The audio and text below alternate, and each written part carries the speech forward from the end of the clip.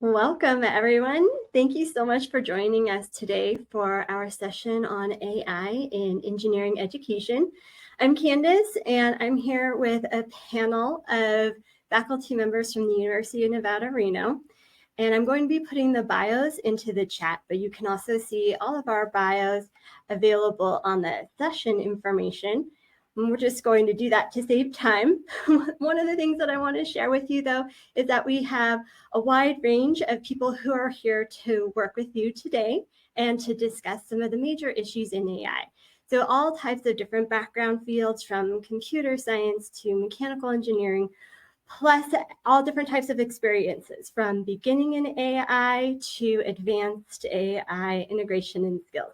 So hopefully something here today will resonate with you, and you'll be able to connect with one of the speakers and see what some next steps might be in your AI journey as well. So the first question that we're going to start off with is, what specific skills or tools should students focus on learning to effectively integrate AI into their future careers? And how can they remain adaptable as AI evolves? So I'm going to drop that question into the chat so that everybody gets a chance to review it. And our first person who's going to start us off is going to be Anne-Marie. Hi, everyone. Thanks for having us. So to answer your question, I think that the engineering education background needs to stay the same. I think students need to learn engineering design principles, keep up with their math, programming languages, and overall critical thinking skills are going to be the most important thing as you progress in your careers, no matter what you do. Communication skills are also going to be very important. And then just thinking about the ethical impacts of your work and what you are designing and creating. Overall, I think a growth mindset where you're feeling adaptable to change is going to be a really great, career move for you. Just thinking about being able to constantly change and be moving with the times, because everything is changing so rapidly. We can't get stuck in our ways. We have to be open to new ideas and continuing education to keep learning. Excellent, thank you. We'll move over to Kelly, please. So specifically what we're using for our classes, I teach Engineering 100, which is our Introduction to Design course with Anne-Marie, actually. And so we teach this to all of our freshmen at UNR. And so we do use AI, and we're trying to train students how to use AI appropriately and to use it as a tool. For example, I mean, like calculators, right? Calculators are a tool that came about that we use every day as engineers, and we continue to use those. And we want AI to also be a tool similar to that. So one of the examples that we're using is we're using ChatGPT and some other software in order to have students generate infographics. So we're giving them an assignment for infographics. So when you have all the content for something, and then maybe using AI as a tool to generate something that is nice to look at and can summarize information down. And I also have students sometimes use AI to modify letters that they've written or review resumes. So that's also a really great way to use that in a career sense, when you can say, okay, hey, ChatGPT, you can upload your resume and then ask it to make modifications or improvements to something like that. Thank you. And we'll go to Gabby, please. Alrighty, so hi everyone, thanks again for having us. And so bouncing off a lot of the ideas that Anne-Marie and Kelly were saying is that I still advocate in my classroom for students to continue to learn skills without AI assistance, since you need to develop skills to edit, verify, and communicate effectively to be employable and valuable in day-to-day life. If you decide to use AI, you also need these skills to work effectively with AI tools so that you're working together rather than just copying responses that it's spitting out. So essentially, I like to remind students, if you don't bring anything more to the table than what someone could get using an AI tool, then you're not demonstrating value in the workplace. So there's also the risk of not being able to start critical thinking from a blank page. It's important to learn how to start thinking on your own without prompting from an AI tool, since there are so many scenarios in which you're not going to be able to consult with an AI first. Like in my work experience, in any meeting, in a presentation, on the manufacturing floor, like at a job site or in an emergency, you can't just hit pause on an important conversation. You need to be able to think independently and think in that moment. So overall, I think it's important to remember you can always use AI in combination with excellent communication and technical skills that you've built, but you need to practice and hone those skills so that you don't over rely on AI tools and not to deny yourself the opportunity to grow and to grapple with problems. Like, for example, I could have just copied these questions into ChatGPT and gotten fast responses to share with you. But in asking myself to sit with and reflect on these questions over time, over a notepad with just myself, I've been able to better understand my values and have to craft a perspective that I know is uniquely my own. And I think that's a really important experience as a human being. Brilliant. Thank you, Gabby. And Jamie, if you'll take over, please. Yes. So kind of from two perspectives from me, going off of something that Kelly said, is number one, as an instructor, making sure that in your curriculum, you're making things purposeful. So making sure that students are giving you something that they don't just simply memorize or can easily gain as an output from ChatGPT. So things like making sure that they're having to explain ideas or having to explain pieces of information or parts of diagrams that aren't necessarily easy outputs from something like the generative AI tools that we have today is super important from a teaching perspective. But then from the student side, it's also important to understand and recognize AI for what it is. So it's a tool, just like your calculator, just like your protractor, whatever else you can pull out of your backpack. It's not going to be a full replacement for your ability to critically think or analyze the information or processes and make those decisions, which make you as an engineer super valuable to any company that may employ you.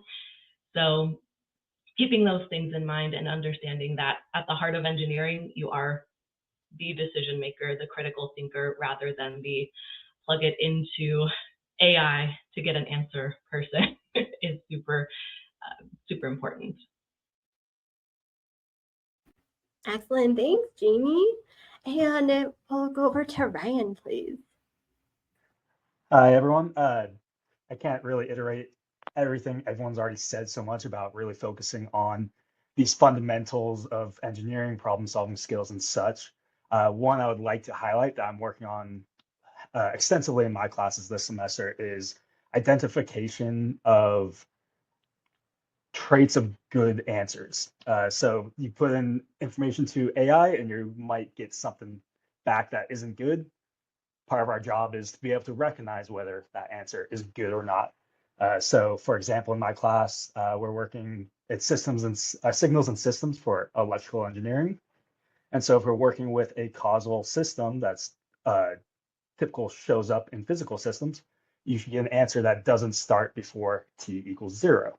So you start looking at that and you're like, okay, at the end, is that consistent with my answer, with what the work I did? So really these problem solving skills and understanding how things behave and being able to bridge that gap all the way across from all the work the AI did or all the work you did and check if that stuff makes sense. Excellent. Thanks, Ryan. Then Erin. Hi, super excited to be here. I'll probably combine some points that were already made, but just as some background context, I actually teach computer science classes here at UNR. So I teach Intro to Computer Science in our Data Structures course, which puts me with kind of a unique perspective, not just in understanding AI like underneath the hood a little bit more, but also the way that it impacts our field. So at their core, fundamentally, AI right now is a large language model, and coding and programming languages are based on linguistics. And so there are lots of AI tools, and even ChatGPT has the capability to actually produce, programs. So that's a little bit different in a lot of ways. But I think two things that that other folks have mentioned are still relevant, just maybe in a slightly more urgent way. So one of the things that Kelly brought up and Jamie iterated on is the concept of AI as a tool similar to a calculator. An aspect of that situation, though, or perspective to consider is the impact that calculators had on math education, and how that shifts then when you have, when part of the task is automated, you can focus on more complex problems. And so that shifts also the expectations of student skills and mastery coming out of those sorts of classes. And so I've been trying to warn my students, because I'm afraid that some of them think that because I can do it, that makes things easier. And in some ways it could. But the expectation around skills for people with computer science degrees are going to shift as well. Which brings us to the point that Ryan brought up, I combined the two words, around now also students needing to hone their evaluation skills. And so, you know, all of what we do is challenging. Computer science is challenging because we're memorizing things, remembering things. We're learning how to put things together to create things. So already we're putting a lot into the courses and at a very early level, but now also we're having to throw on top of all of that evaluation skills, which tend to come naturally as you gain expertise, but now we're having to, you know, insert that earlier in the education pipeline so that when students hit the workforce, they'll be more competitive and better prepared to function in a system now where the tools have changed and AI is a tool in our tool belt. So definitely the core advice I have for especially computer science students is to take this as an opportunity to improve evaluation skills. What are these tools producing, and what is the quality of what they're producing? So. Thank you, Erin. I think we're having some technical difficulties for Candace, so I am going to tell everyone what the next question is. I'll copy it in the chat and answer, and we can go through again. Oh, here it is. So how are university educators integrating AI into curricula to equip students with both the technical knowledge and critical thinking skills needed to navigate AI's impact in their fields? So as Kelly said, her and I teach Engineering 100 together, and we have a new infographics assignment we're very excited about. Ideally, students will be doing their own research in the background, and then we're using ChatGPT and Canva for them to build this infographic and present their information. As I said, I think communication is a great skill to be learned while you are in engineering school, so this is a nice way to put information on a page and then verify it. We focus a lot on these assignments on the prompts, putting good stuff into ChatGPT and AI in general. You hopefully will get better things back. And then also a big focus is focusing on the references and actually clicking on them and going through the process of verifying those references, learning from them, gathering more information than maybe what was put in the summary. So that's kind of the focus at this point. I know other people on campus are using AI. We have a new program, kind of a Discord program that's using AI as a tutoring source and things like that, that I will be looking into. I think next on the list is Kelly. Yeah, so since Anne Marie and I teach the same class, it's I don't want to repeat what she had to say. This isn't specifically about how I integrate it into a classroom, but if there are educators out there or people that are kind of on that side of things, I use AI to help me write letters of recommendation. It's really, really nice when you have someone's resume and then either scholarship or, you know, information about what you're writing that letter for. And so that can be a really nice tool to integrate everything and make it sound nice, and like make sure that you actually get specific parts of that person's resume into the letter of recommendation. So as an educator, that's a way that I specifically use that tool to help me. And of course, I always want to go back through and read it because sometimes it makes weird grammatical errors. I find that sometimes it doesn't know the person's pronouns correctly, or like, you know, it can just kind of make mistakes. So I always definitely go back through and read it, but that is one way that I'm integrating AI into my job every day, and just trying to polish off things to make them sound better for even award applications and stuff like that. So. Nice, yeah. And kind of just coming off of what you said, Kelly, I think, and a lot of what we were talking about is AI as a tool. And so what I like to do is emphasize in my classrooms that we can still promote development of critical thinking skills and explore different methods for students to show comprehension of materials. And it's something that I've always been interested in anyway, and AI has just kind of rushed that process a little bit. So in my courses, I've been trying out a lot more real life simulations of demonstrating knowledge, like in a workplace, in presentations. We're able to use AI, but we still need to think of those practical critical thinking skills. So things like presentations, verbal discussions, in-class hands-on activities, project-based approaches for evaluation.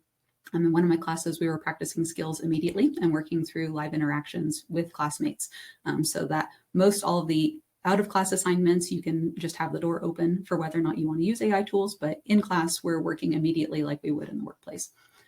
To support these assignments, we've been working really closely with our libraries team to provide up-to-date information and tutorials and access for exploring different AI tools.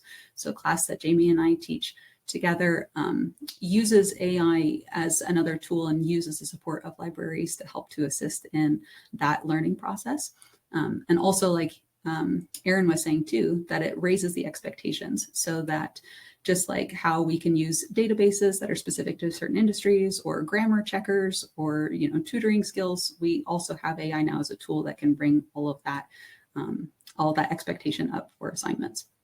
One point I've been adamant to stress in class, though, is the importance of still finding joy in learning, to learn problem solving and critical thinking skills, because it's what makes work interesting and fulfilling.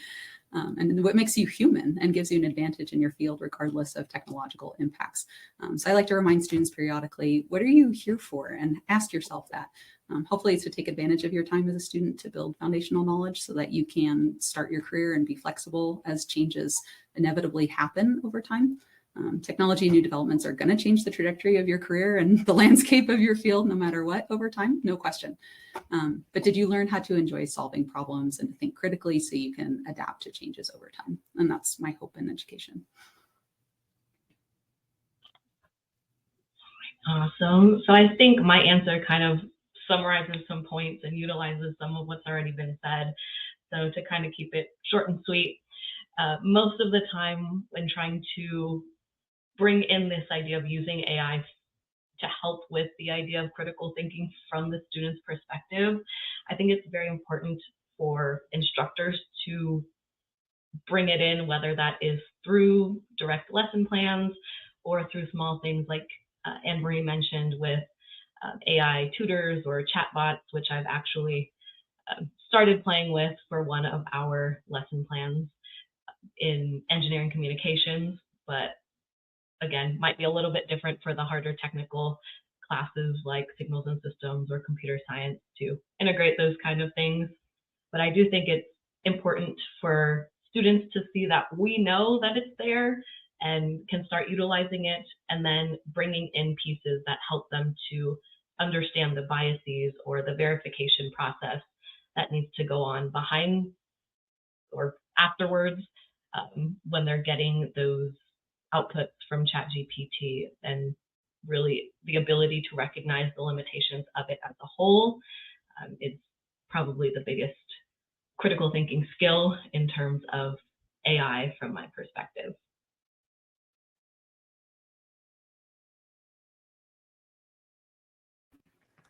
So sorry, Candice. Go for it. Right. So for myself, I'm kind of actually trying to avoid integrating it as much as I can, much in the same way when you first learned how to use a calculator. You weren't allowed to use a calculator in third grade, and you had to be able to do all these processes by hand. So trying to keep that in my classroom, which does involve the awareness that students will often resort to going to AI outside of the classroom. This is often one of the first things I hear from a student, like, oh, I didn't understand the topic today, so I searched it on ChatGPT. But so many often that times, like they haven't the knowledge to recognize what might be wrong with ChatGPT in an answer there. So I had a student that came in, we were learning about the bisection method for solving nonlinear equations. And I'm not sure what they searched exactly, but there's something that was off that gave them almost an entirely incorrect answer, but they didn't have that ability to recognize that. So trying to avoid that, just like when you first learned how to use a calculator. And it's actually really frustrating because I'm trying to turn off Gemini on Chrome and apparently you can't. It's because it uses it every time I search something on Google. It's really frustrating. Nice, thank you. And then Erin? Sure. This is the first semester probably that I'm intentionally working to incorporate AI in part of the course material. I did kind of start out in a similar boat to Ryan, but quickly it became clear that the guidance is needed. I do suggest, using something like ChatGPT to help supplement a little bit with some understanding. I know a lot of students like, explain iteration to me like I'm a kindergartner, which is fine, but the guide rails become, that's okay at like our intro level and then like our next class and maybe even up through data structures where the concepts are relatively simple and very general and applicable to so many things. But once we start veering into, our upper level courses, the knowledge becomes more specialized and you're more likely to get objectively wrong answers, which I have encountered. So trying to help with some guidance around that, because they're gonna do it.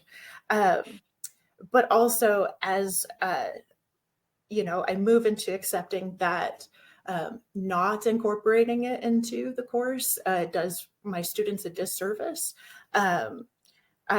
I'm looking for opportunities to add things like code reviews, if AI, very similar to, I think, what's happening in like English courses or whatever, the model generates an essay and, we evaluate it, a similar sort of situation. I'm working with a TA right now in my testing and DevOps course, which is a course I created when I first moved into teaching full-time from industry.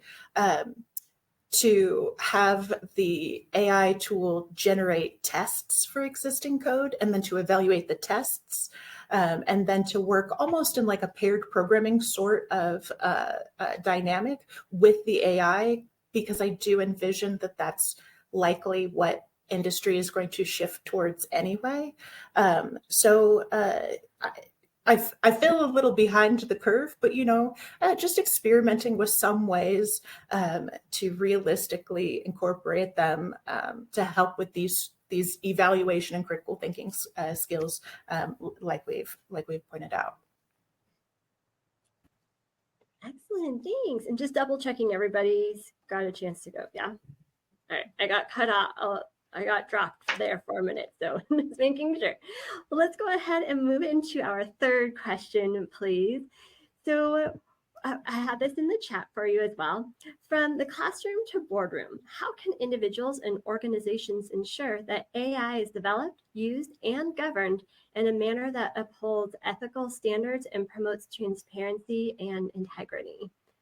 We'll start off with Anne-Marie again, please. Thank you, Candace. I think this is going to start at home and in the classroom. I think we need to focus on being ethical engineers, thinking about the legal implications of our work and doing what's right. And that includes use of AI and how it's creative or how it's created and engineering design in general. So I'd like to see a generation of engineers and developers, decision makers, who understand the impact of their work and are thinking about that every day while they're at work. So continuous professional development, I think, can be very helpful, keeping up with the current technology and what is happening in the world around us. And then iterative improvement. So as you're using these tools and working, watching to see what sort of impact they're having and making sure that the impacts are what you intended. A lot of times, things happen that we didn't mean to happen, and it did. And so being open to fixing those ideas and continuing to grow our skills and fix our designs as they need. Thank you. All right. Yeah, so kind of wanted to discuss two things here. One of them, it says from the classroom to the boardroom. I think that using AI, hopefully keeping that almost to like a personal use will, I think, in time keep us in this ethical realm. Using it for personal use is really like, and fun use and things like that is really where we can, I think, keep it there. And like Anne Marie was saying, as far as engineers go specifically, we want to be sure that we're being ethical. So personal use would be an example. Like I am trying to learn French right now. And if you do the paid version of ChatGPT, you can speak to it like an AI human. It's kind of weird, but I can sit there and I can have a conversation with it. And what I'm trying to do is simply benefit myself using it personally so I can get better at speaking French. The things that concern me as far as ethical use goes is, I saw a story on February 5th that Alphabet, which is the parent company of Google, has rescinded its commitment to not use AI to help develop weapons. And I don't know specifics about like specifically what it said. And I know that Google has put out a response about using it for national security and things like that. But that's sort of where we start diving into these lines of like, okay, how are we using this? What specific applications are we putting into AI? And then how is that information being used? Is this personal? Is it being used for security, defense? And how are people going to be affected by this? So just things to think about, I think, as we start typing things into AI, giving AI information because it's gathering all of that info and data, and then how that's going to be used in the future.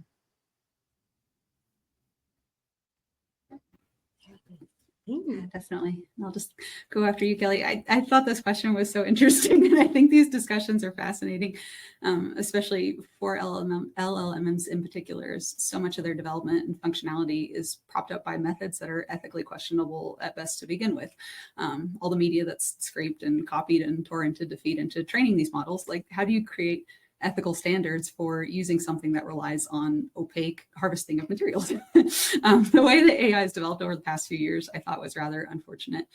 Starting out with this paralyzing concern about methodology and future impacts. And as a result, a lot of entities took advantage of that gap to build tools fast and reckless. And now we're asking how to use a better ethical version on top of the unethical one. And so I think it's a big question that's shared by a lot of other industries. A lot of topics that I teach in class are touched by this.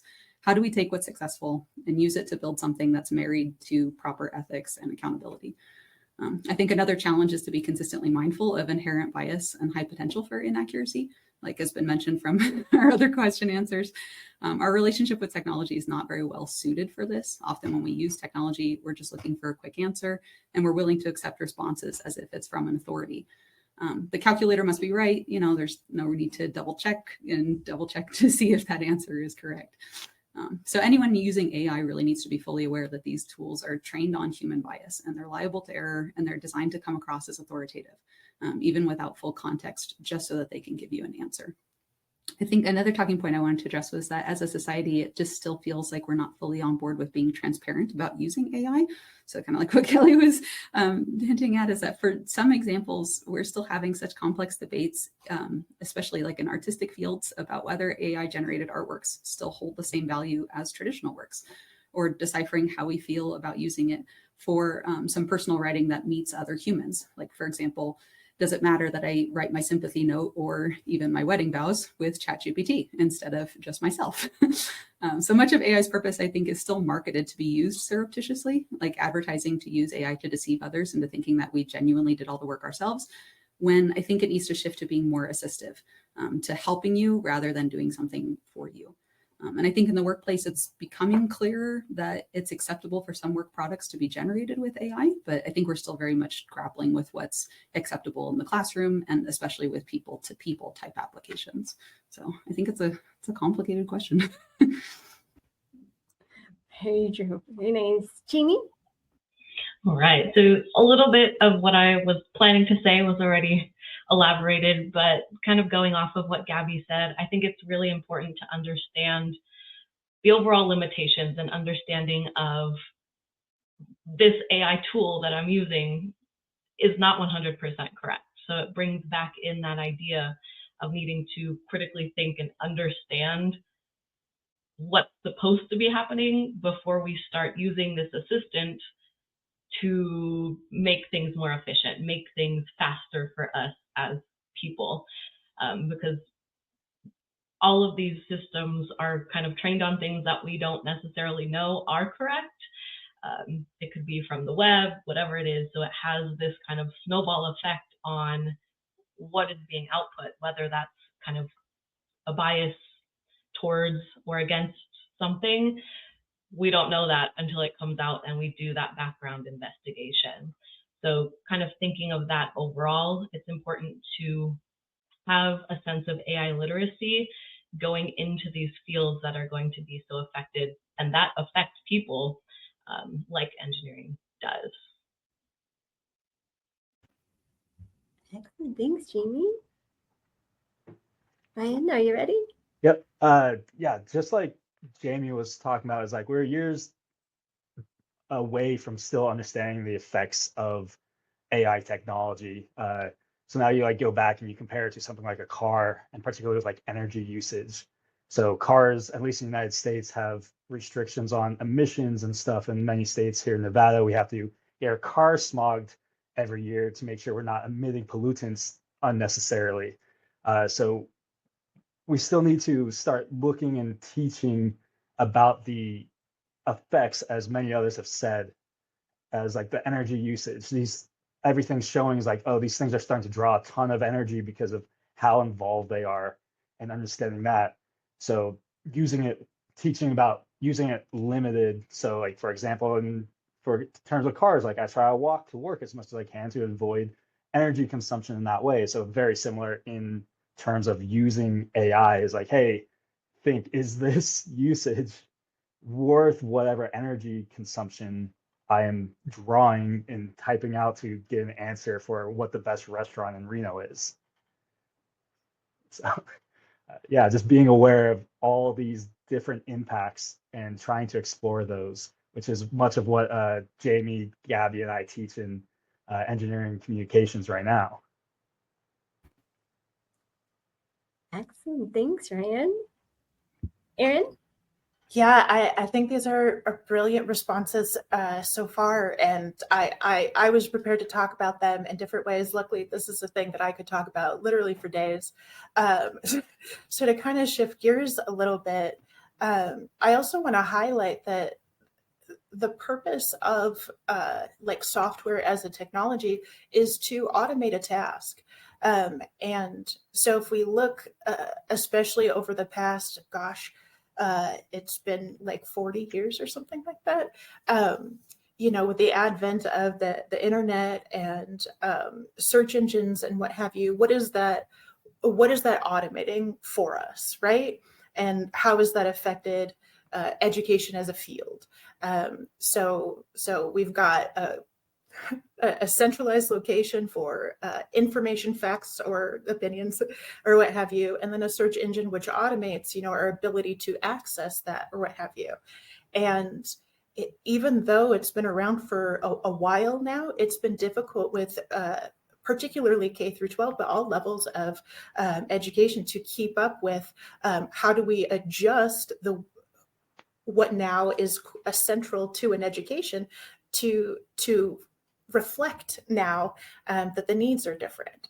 And so it would have been ideal for the shift to move away from memorizing things to how do we use these things effectively. And there's been a lot of progress, but there was still a ways to go.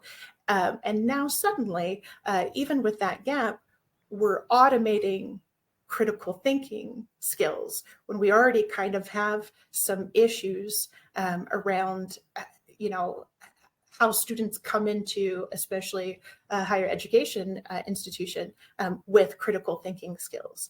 And so I frequently think about the very far-reaching impact of that, not just these people as students, but these people as citizens who now are responsible for making, honestly, for voting and making big decisions about these sorts of things. And what is the impact of automating now, synthesizing all of these facts and what have you? What is the impact on, education and just broader society as we move forward? So an additional ethical implication to consider as we're trying to incorporate it as a tool responsibly as educators. Excellent. Thank you so much. Those were our planned questions. So we'll be taking some questions from the chat and the Q&A. But one thing that looks like it's resonating a little bit, so we'll revisit that. But meanwhile, audience members, you're welcome to post into the chat or the QA session, and we'll get to you. But let's go ahead and revisit back to Gabby, because it sounds like there is some more content around the sustainability and the environmental issues. So Gabby, if you would just do a quick briefing for us for maybe a minute. Sure. Yeah, of course. I teach the sustainability course at UNR, and it's definitely a topic that's very near and dear to my heart.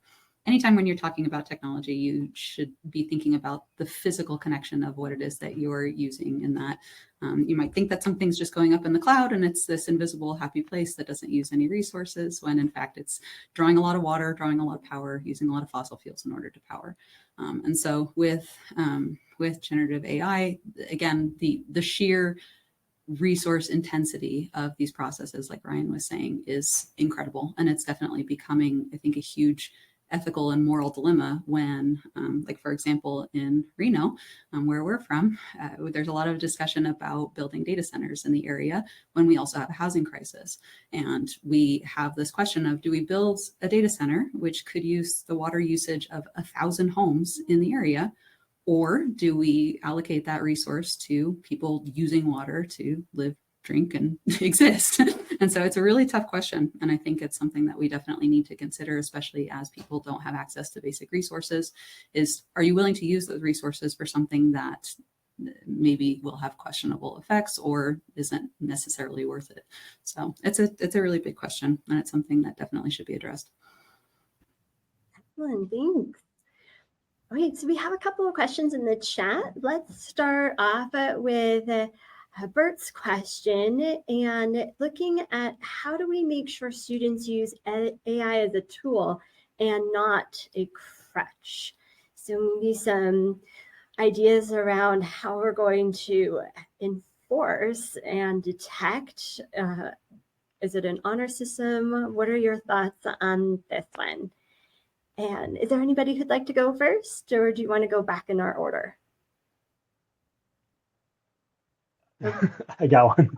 Yeah, go for it, Ryan. Yeah, I mean, I don't view this as a ton different than using your classmates as a crutch. So the students have always used each other as a crutch, sometimes to great effect, great usage, like learn together. But oftentimes you might have one student that really understands it, and everyone else is like, oh yeah, I'll just do whatever that is. So this is also a very complicated question. I think educators have spent the last 100 years trying to get really actual good answers to.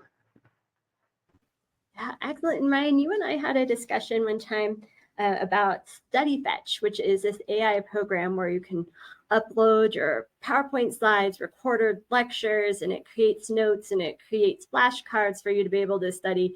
And you had a different perspective on that. Will you share that with our audience? Yeah, absolutely. Yeah. So I've heard of this. It takes lectures that you go to and then synthesizes them into like more readable notes. But part of the process of learning this material should be students themselves doing this synthesis for themselves, is restating what you learned in shorter words, different words, so that you keep building different understandings. I think Gabby was talking about being on a production floor and getting asked questions and needing to come up with an answer on the spot. That leads me to thinking about all these different ways that we evaluate students. Now, I mean, I teach huge classes, and it's not very, I don't think it's even possible to have 800 students come in and explain their work to me individually. But maybe we can come up with some ways to ask questions. I don't know, the testing environments, things like that, or assignments that just don't allow the use of AI, because students are being asked in the moment to come up with these ideas or discussion points and things like that. So it might be just, I think as Ryan said, this is an age-old question of education and how to assess learning. And maybe that's where the adjustment needs to happen to force us into a tool and not a crutch. Yeah, I mean, that's exactly what I was thinking too, is when you have smaller class sizes, then it's easier to say, okay, we're going to do an oral examination for everybody. You have to come in and explain these concepts to me, and I need to see that it's coming from your brain and that you can use critical thinking. I think the only way that we are going to be able to do that long term is if we bring this idea into K through 12 education as well. And so this is a long problem because when is the government actually going to potentially put regulations on this, like change education standards? I don't really know how that looks long term as far as making sure that not just in higher education that we're doing this, but how are we training K through 12 students to also do that? Anecdotally, I heard, I think a couple weeks ago from one of the students in one of my classes that their younger sibling was using AI to do their math homework. And it's, third or fourth grade elementary school math and putting all the stuff in AI and then just writing the problem down. So, how are we changing our testing methods, assessment methods, not just in higher education, but K through 12 to try and do that? And so I don't have an answer, Bert, and I don't know that anybody will for a little while, but I think you bring up a really great point. I'll kind of piggyback off of that answer. From my perspective, I also agree that it does have to be a more longer term shift where we see and understand that AI is a tool to help us maybe do things more efficiently, but also that we need to be able to do it as individuals as well, whether that is through different assessment methods in our classrooms, K-12 classrooms as well. But maybe coming up with the idea that it's not there to do the work for you, but implanting the idea that instead it is something that you can leverage to maybe push yourself further for better understanding of content. So rather than an AI assistant homework bot, it is a mentor for you to further engage and further interact with information and learning. I was going to piggyback on what Kelly had to say. First of all, a fourth grader using AI for math homework is mind-boggling to me. But I think in some ways it justifies some things that I've been trying to do kind of anyway, which are to do more work in the classroom, which I know many of you teach, large courses, and I do as well. There's a lot of challenges associated with that. But I've been working over the past year, especially to move a lot of the, introduction to material outside of the classroom, which again has its own challenges, and doing more work and informal assessment, in the classroom. And still I get situations where students in the classroom are using ChatGPT. I've got that happened last week, and I'm, in a few minutes going to go teach that class. And I'm very, very tempted to use that as one of the code review learning opportunities of like, why was it so easy for me to take 3-second glance at this and know off the bat that it wasn't produced by a student and probably was, it definitely came from an outside source, potentially, a generative AI sort of situation.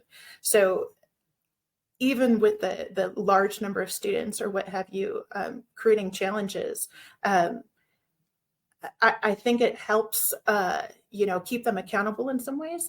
And at least with my students, a lot of the times, the reason that they veer towards AI sometimes as a crutch is the intimidation factor of just getting started. And so having some accountability in the classroom as well, to just like dip your toe in and be wrong. This time it's okay. And hopefully they'll be less likely to lean on AI as a crutch moving forward. Excellent. Thanks, everybody. Unfortunately, we're not going to be able to get to all of the questions in the chat, but I do want to target this one that's looking at the idea of almost an emotional response that we have, especially if any of you have ever studied change theory, or for our students, if you get a chance, please study change theory. It will help you with your careers. The idea of something new and disruptive coming into our lives, and that, of course, is going to evoke some kind of an emotional response. So what is your perspective on being afraid of this tool or fear of this tool, or is there excitement and joy? where are you on that kind of a scale? And we'll just go through the panelists real quick. Anne-Marie, do you think you can start us off? Sure. I think new technology is inevitable. And so to me, it's something to embrace, learn about, figure out how best to use it or avoid it. But I think it's here to stay. And so being afraid of it might take up more energy than is useful in your life. But I don't know. That's just my perspective. I usually look at a glass as half full. So I think it's really great. It does kind of freak me out though. The way that that I talk to this chat bot in French and English, it's like a little weird. I'm like, okay, I'm talking to a computer and it's also learning my patterns and it's collecting my data. So it's really like, I like it, but then I'm kind of like, oh, where's this information going? So I think I have mixed emotional responses about it. And like, how will that information and data of mine be stored and used? That's what I worry about. No, that's, yeah, definitely top of mind. And I'll just kind of dovetail off of that too. I think the biggest thing for me though, is that I've come to realize that my emotions are not fear. I'm not necessarily afraid of what this is. I understand what it is, and it follows a lot of patterns of recent technological advances that we've seen over the past decades. It's got all the same issues and ethical concerns as things like social media and VR and other advancements in technology. And more so than being afraid, or I'm rather not afraid, I'm skeptical. I'm skeptical and I'm angry and I'm interested and I'm engaged. So I'm not afraid necessarily, but I do think that we should be critical of any new technology, and we should try not to just blindly adopt what we see before us, but instead ask it critical questions and think about how we want to use this and how we want to engage with it. I think those were all really good responses, and I'll just add my own. I don't think it's really fear as more of there's this tool that now we need to understand that students are probably using in order to maybe take some shortcuts. But in our profession, there's not really room for shortcuts. We need that strict understanding of what's going on. So I think understanding is, or lack thereof, is the main thing on my mind on that topic. I'll go out there right away and say I am scared of it straight up. I don't. I think it calls back to some of the things Richard Feynman said about the Manhattan Project, and during his autobiography, he talks about how they're all so caught up in the excitement of the Manhattan Project and the science that was going on behind it that didn't seem like anyone stopped and thought about what it was they were actually building and the effects of that. So I do feel a little bit like that still about the current development of AI. So yeah, I'm scared. That's okay. I would say I have a lot of complicated feelings. I mean, I'm in the computer science field in part because the pace at which things change is so dynamic and so exciting. And that's part of what I've loved about it. I've admitted to students regularly, though, that this is the first time that I feel like a Luddite or an old fuddy-duddy or what have you. There is some fear, certainly, but there's a lot of concern. I'm concerned for my computer science students whose futures have been drastically and primarily negatively impacted by this. They're very, very, very stressed about getting a job. I'm concerned about the impacts that it's had already on, the critical thinking skills, and I can see where things have stalled a little bit, and that is concerning for reasons that I brought up. And as everybody mentioned, the lack of regulation, oversight on, the source of information, how it is being cleaned in a different way that makes it now a viable product, whereas, 10 years ago it wasn't. The third party involvement with, again, zero oversight. So and the biases that are already inherent to the internet as a source being reinforced in combination with a lack of critical thinking skills, I think has really very potentially negative impacts on a lot of things. And I believe if we aren't realistic about acknowledging and addressing those, then they will snowball and balloon in the way that that's happened in other situations. So definitely a lot of concern and a lot of feelings of responsibility, since again, my students are primarily computer science students, and try to instill some reflection around these sorts of things so that they, if and when they do get jobs, hopefully can be responsible about it. Excellent. Well, thank you so much. Thanks, audience, for joining us. We very much appreciate it. So, and thank you, panelists, and we hope that you all have a wonderful day with the rest of your conference. Thank you, everyone.